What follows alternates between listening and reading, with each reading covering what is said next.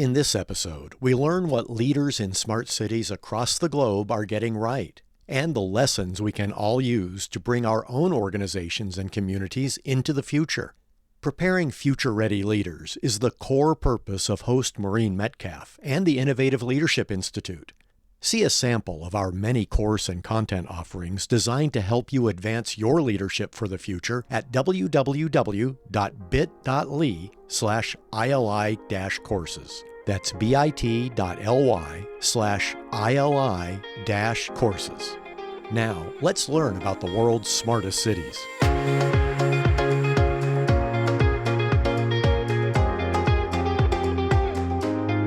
Welcome to Innovating Leadership, Co-Creating Our Future. I'm your host, Maureen Metcalf, CEO and founder of the Innovative Leadership Institute. In today's episode, we're joined by two global voices shaping the future of our cities. Nikki Greenberg, a futurist and urban strategist driving transformation on the ground, and Ugo Valenti, managing director of Smart City Expo World Conference, a convener of global urban innovation. Together, Nikki and Ugo bring complementary perspectives on how leaders, whether in government, business, or civil society, can navigate the changes of AI, climate change, and global uncertainty while building resilient, thriving cities. Ugo and Nikki, welcome. Thank you for joining us today. Thanks for having us. Thank you very much, Maureen. Pleasure. Cities are hubs of innovation, commerce, and culture. Why should businesses and organization leaders beyond city officials care deeply about how cities are led and designed? I can start with this one. I think it's in the name CBD, Central Business District. And this is the thing, is that cities are centers of knowledge and business and culture and arts. And that's where we just have this density of people.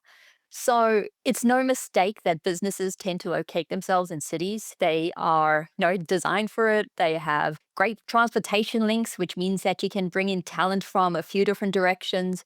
You have the arts, you have restaurants, you have all the amenities that you need. If you want to just take a step back and think about something quite tangible in this regard, even if we look at the return to office after the pandemic and how a lot of business leaders, they really wanted to get their people back into the office, back having that sense of community, people looked at, well, what are they actually coming back to? Because it's more than just the building. It's more than just your colleagues. It's also the surrounds. Are they great places for lunch? Is it easy to get in? What's the commute like? Is it safe? So there's this direct tie-in between, city, innovation, talent, and the office life, the street life. It's all interconnected. Cities are basically where everything converges, right? So innovation, business, culture, and also human aspiration. So we need to bear in mind that right now, 80% of the GDP is created and being generated in cities. That means that when cities work well, business thrive as well, right? And when cities fail, being housing or mobility or sustainability collapse, then the private sector also suffers, right? So cities are basically these living ecosystems where everything is interconnected. I'm living in Columbus, Ohio, and our biggest challenge to expanding our workforce is housing and affordable housing. So that's a city concern, not fixed solely by the private sector. It's zoning, construction, utilities, the whole gamut. At the point where we can't attract labor, we can't expand. Yeah, correct. It's about systems also. And interestingly enough, despite the accent, I live in New York City, and I was riding the subway yesterday, and there were these two young guys, and they had a shopping bag with some placards in it. So I said to one of the guys, I was like, I hope you don't mind my asking, but what are these placards? And he's like, oh, we were just at a protest for REBNY, which is the Real Estate Board of New York, who represent the real estate community. I'm like, well, I didn't tell him who I was, by the way. I was like, oh, but why would you protest against them? And he's like, well, they represent developers, and developers are bad for the city. They're driving up housing. I was like, well, why do you think that? And we had this discussion. And one of the things is, to your point, a lot of cities around the world are having this problem around affordable housing. If there's not affordable housing or workforce housing, it's hard for people to actually have a comfortable lifestyle. And part of that really ties into regulation and that red tape to be able to create new places, to create new spaces.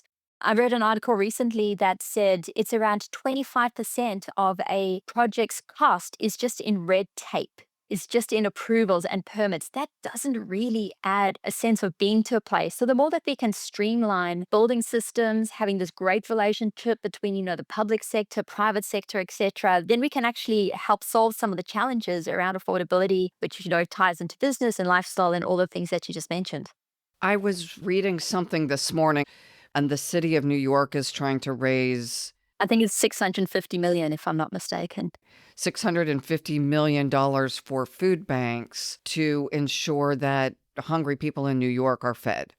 It really points to the range of services and the importance of well-run cities. Sometimes you need to have the mayor of the city really taking decisions over how do they design the city. And we were discussing about housing previously. Let me put an example of Vienna in Austria.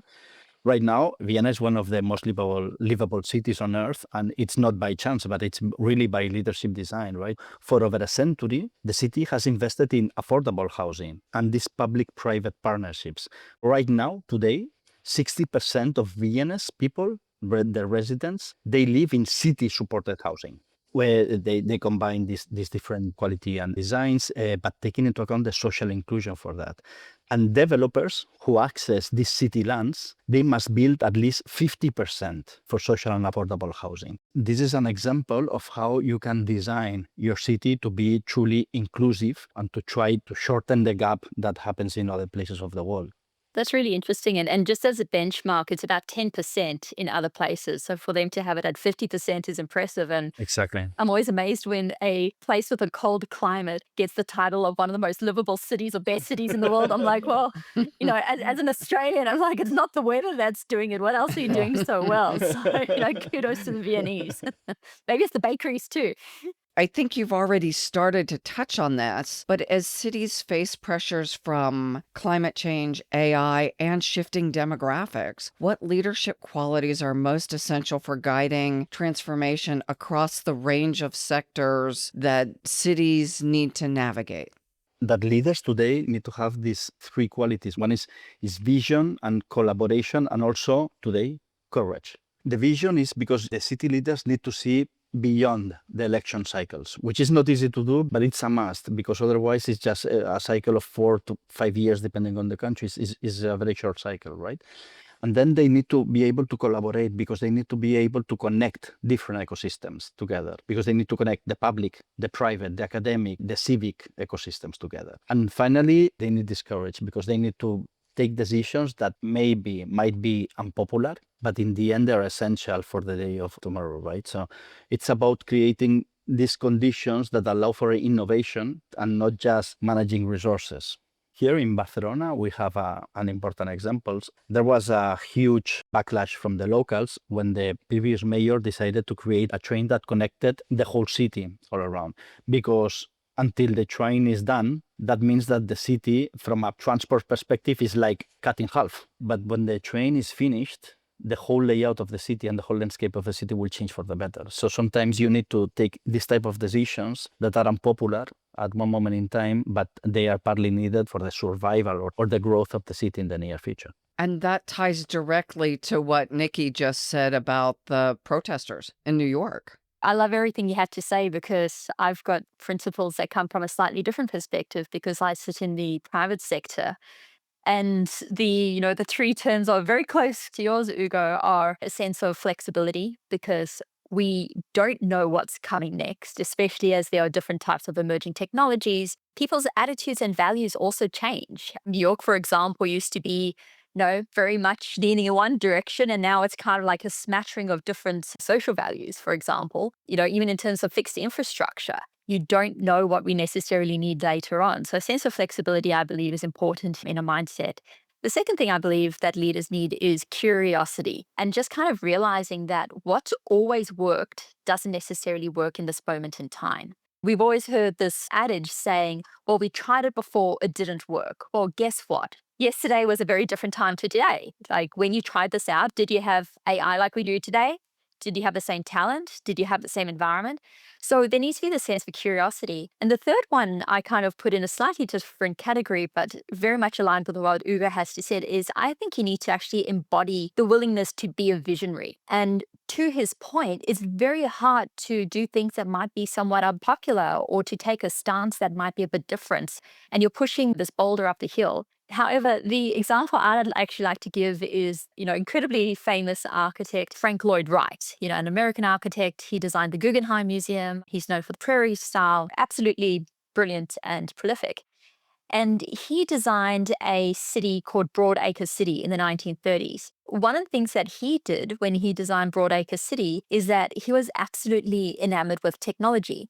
And in the 1930s, the hottest thing at the moment was the automobile. So when he designed Broadacre City, he actually leant into designing it around this emerging technology of the automobile, having freeways and multi-level car parks and all of that. And he didn't just stop there, but he also designed it that it had drones in the air of his different diagrams. This is the 1930s. So Frank Lloyd Wright, he's somebody that for all architecture students, all urbanists, all city planners, etc., he's a household name. And the reason that he was able to have this legacy as being quite literally the greatest of all time is that he really took these chances but went beyond it. And I think to be an effective leader, you can't just think about what's happening today and how to be effective today. You have to think 5, 10, 20, 30, 40, 50, 100 years into the future and take those chances for that long-term planning like they are for this new rail in Barcelona and beyond. We were at Amazon last week for their Delivering the Future Summit, and they were talking specifically about sustainability in water and power with all of the data centers and AI. And how are we generating power and sustaining a clean environment for what we're going to need? How are we managing water? Where will people live? It seems like right now, for city leaders especially, but also for corporate leaders who are trying to figure out where to locate their facilities, this is a really pressing question. And while you were talking, something that kind of stuck out to me a little bit is that this isn't a new frontier. It's almost like the gold rush. And that towns were created because of the gold rush, because of gold mining. And then you have this industry, this infrastructure, and then you have informal settlements around, and then it becomes a something. And with AI data centers, hyperscalers, etc., the big thing, as you mentioned, is really around power. The existing grid isn't sufficient to support what's there. There are technologies now that's or the claim at least is that within 8 years, you can put up a new nuclear power plant. And there are companies like Microsoft and others that have net zero objectives that they need to meet, which means that they are also looking at sustainable measures such as solar, wind, etc., to have as backup power for their data centers. So what you start to get is almost like this pin drop of an industry. What is our need? It's like playing SimCity, right? It's like saying, okay, we want to have, this AI hyperscaler data center. Therefore, we need power. Therefore, we need homes. Oh, we're going to have homes. But guess what? We need to have schools. If we're going to have schools, we also need a police station, etc. That's how things pop up. More than anything, looking at this new industry, the public sector, the private sector, etc., they're really looking at where do we have resources and making sure that we're managing them in the right way. And to your point, we can't have one without the other. We can't have development without thinking about the ramifications and the negative implications of what's going to happen, because just, uncontrolled growth for any reason. So it's a challenge, but it's not a new challenge. It's an age-old challenge, which opens up new opportunities for different markets. We're not putting hyperscalers in the middle of Central Park in Manhattan. We're putting them out in different communities. So it's great for, job growth and other industries, so long as it's managed well. I grew up living right near Reston, Virginia, so one of the first planned communities. Aging myself, that was well over 50 years ago. And you're pointing back to the 30s with Frank Lloyd Wright. Even for the most consciously designed cities, the evolution is crucial. I am a huge believer on the human ability to innovate constantly. Let me put another example. It's not North American, but I believe it's a very good example. Medellin. Medellin in Colombia was a city that was best known for Pablo Escobar and the drug dealership than being an innovative city. But Medellin made a huge change. They had this mountain, and they had people that lived in the lower part of the city and that people that lived in the higher part of the city, and they were not connected at all. But they created this metro cable line. Prior to that, it took more than 1 hour to get to one part to another. And after creating this metro line, this metro cable, they call it metro cable, in just 10 minutes, they could be in another part of the city. And then a huge new sea of opportunities arose in Medellin. These people got to have new jobs, and the whole city was interconnected. And Medellin actually in the 2014 or 2015, I believe, was mentioned as the most innovative city in the world. There are wonderful opportunities to change the whole landscape of a city by being smart. I'm not talking about applying the wonderful new technologies that we have. I'm talking about just changing the design and how to apply in a city. So I'm pretty positive. I'm optimist by nature, but I'm pretty positive that, of course, there will be huge new challenges that we will face. But I'm pretty sure that we are very adaptable. The human is very adaptable, and we will find ways to innovate and to be able to overcome all of these challenges. Ugo, I want to build on that statement. We haven't talked about what the Smart City World Congress does. What we do at the event, the Smart City Expo Congress, is basically a worldwide event where we bring over almost 1,000 cities from all over the world, as well as over 1,200 exhibitors from all over the world as well. So there's this huge, as you mentioned, this cross-pollination of both cultures, innovations, and best practices that are shared together. This creates a wonderful opportunity for a city from Asia to showcase what they're doing to a city from the United States, or a city from Latin America, or a city from Europe, right? And at the same time, this creates a wonderful opportunities for a US company to sell their solutions to other places in the world. This is wonderful because this creates a platform where we can showcase things that are happening on a city that are working very well. Let me be very brief with this example. There's this grid of 3x3 streets here in Barcelona that we call supergrid. The outer part of the 3x3 streets is used for traffic flow, and the inner part of the streets is just used for pedestrian use or cycling use, right? This was created like, I don't know, maybe 5-7 years ago. It's called super blocks, superillas in Spanish. And this has changed the whole layout of all the areas in which the solution has been applied, right? So the quality of noise and air has increased by 25% on those areas. The inner space has been reused for pedestrian use, for greener use. There are more shops, there are more bars, more restaurants, more locals. All of the locals and tourists are going through the streets. The regeneration of that area has increased quite a lot. It's wonderful, and there's no technology applied here. And what I wanted to mention here is that this solution is basically exactly what you can see today in Times Square in New York City. I remember in Times Square, New York City, when I was there, like, I don't know, maybe 15, 20 years ago, it was basically, there were plenty of cars. Right now, it's a pedestrian area. It is completely revitalized. And not only Times Square, I'm aware of that, but it's plenty of areas. So this showcases that one solution applied on one city of the world is replicable. Of course, it needs to be adapted to the culture and to the reality, but in another city of the world. And if it happens in Barcelona, New York City, it can happen in Rome, it can happen in Shanghai, and it can happen in Delhi. That's what we do. Yeah. Beautiful. Nikki, I want to jump to you now. You often talk about human-centric design, which leverages what Ugo just mentioned. How can leaders balance technology advancements in cities with livability, and why is this balance crucial to long-term business success?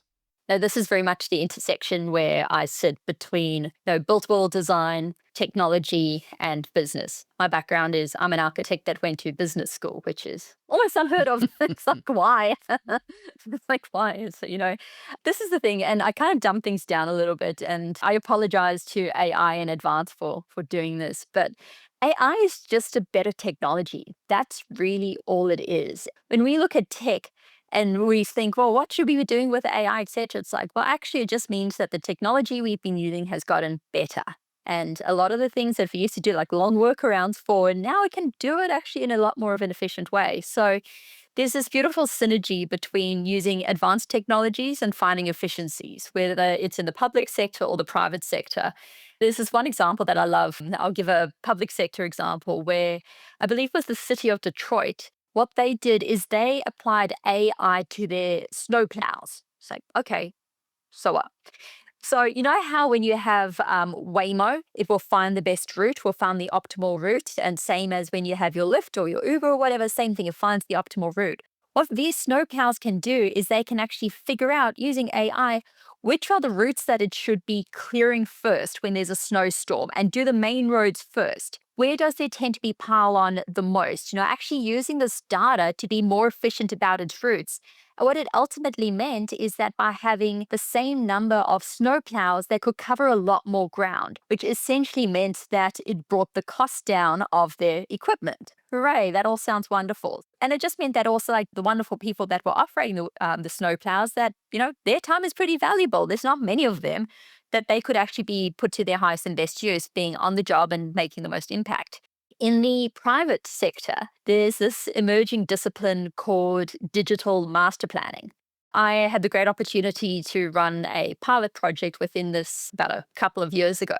What digital master planning is designing the digital experience through the lens of an individual. So what does that mean? It means that if, say, we have an office building, the way that a worker uses the building versus a caterer versus, say, a repair person, they're all navigating the building in different ways. Digital master planning is akin to thinking about in tech, we have, UX design, user experience design, that can actually start thinking about, well, how can you optimize that journey for a person through this building in the best way that is efficient, it's easy for them, and you're kind of looking at every single touch point.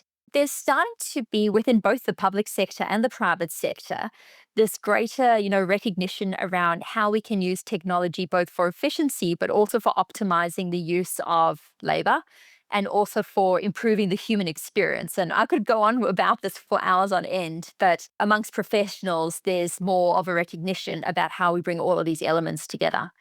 As we think of AI and climate change and whatever is next, do you have a sense of what cities will look like 10 years from now? Cities are very slow to evolve. And sometimes they might have a little bump, a little glitch, and then they keep going on their merry way, as we saw in the pandemic. And again, for me sitting in New York City, New York looks pretty similar to how it was in 2019. Even though we had the glitch with the office market, now we're getting new headlines, record occupancy, and rent rolls are being like things kind of bounce back. So it's more about these longer term trends that we look towards. You mentioned things around sustainability. Europe is really taking a leading role there around circular economy to make sure that they're getting more electric cars, having less traffic, thinking about the way that we use materials in a way that's effective and efficient and not so wasteful.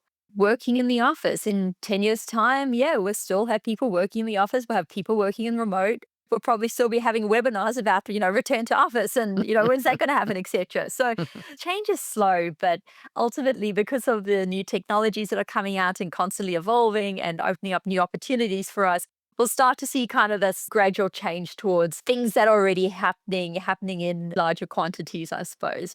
I wouldn't say there's anything dramatic there.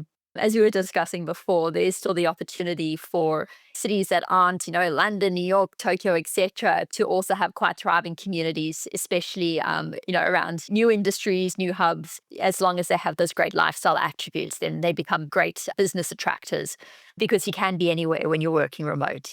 You had this question, how do we see cities 10 years from now? And of course, as Nikki was saying, there might be plenty of trends, but there is one trend that I truly see, and it's I see them greener than today. I believe this trend is almost unstoppable. You know that most cities, for instance, in the States were designed mostly for the use of cars, but that's something that we all know it's going to change and it needs to change somehow.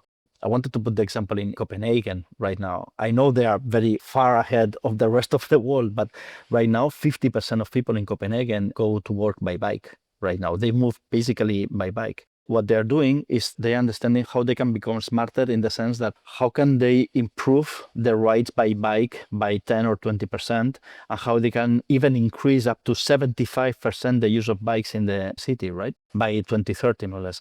I believe this is a trend that it's an ongoing trend. And even if you get to see the 5-year plan that China has just launched and established, they are talking about having a greener China and improving the use of green energies and also make cities more green. Right now, a city that is more or less designed from the ground up, like is Shenzhen, 50% of the landscape is already green. So they're taking that into account at a huge effort, right? So I believe the north of Europe might be leading the way, but I believe the whole world is going to follow up on that. When you say green, I just want to clarify that's not only green energy, but also more landscape plants. Green spaces, exactly. This is something typical here in Europe. You know that we have very walkable areas. When there is green on the street in the summertime, the temperature is more or less bearable. If it's only concrete, it's almost impossible to walk around. It's because the temperature of the floor is so high, you cannot even go out. I'm not talking only about the use of green energies, but I'm really talking about the use of green in the spaces, in the buildings. Yeah. I might add another green into it, and it's Greenville, South Carolina. I was there last week, and when we look at the European context versus the US context, it's quite different. And, Maureen being and Dan being in the US, I think there's a little bit of, that might work in Europe, but not necessarily all through the US. US is, depending on where you are, can be very, very car reliant. And, when I'm in Boise, Idaho, you need a car. And that's not about to change any time soon. It's a very different context. So Greenville, South Carolina, gorgeous, gorgeous, gorgeous place. And because this is what I do, I read through their 2040 strategy. And a little bit of what Ugo is talking about, one of their core pillars, they have 3 core pillars, is around having, I believe it's 65% green space. So maintaining the landscape, because they know that is the attractor. That's what makes their community so special. And what they're doing is that when it comes to development, it's called inwards and upwards. So it means that there is already development, they're redeveloping that, and they're building taller so that they can preserve the landscape. A second principle of theirs was around affordable housing. So I think they took it from, I think it was 8.5% to 10%. And then the third pillar was around mobility and transportation. Now, and I said I'd come back to this when Ugo was talking about the trains. This is where I fall in love with emerging technologies and smart cities. This sounds so basic, but I think it's one of the most amazing things. And I know there'll probably be a transport planner coming over and saying, Nikki, you've got it wrong, but hear me out. Autonomous shuttles have great possibilities. So think of a van where you can put 6 people in and away it goes. And one of the nicknames that they have is a trackless tram, because what you can do is, instead of putting in fixed infrastructure for a new train line, instead you can have a road and then you can train all of these little shuttles to go along that route time after time after time. So that speed to be able to be operational is so much faster. And when you need to increase capacity, guess what? You bring more of these little vans along. If you have a special event or if there's a detour, you can move them around. To me, this is kind of what the power of smart cities is. It's that understanding that there is the way that's always worked, but there's also emerging technologies that can actually bring efficiencies and operational advantages to things. So that's my plug for trackless trams, driverless shuttles. That solves such a big problem. I grew up in the DC area, worked in Crystal City, and my commute was about an hour.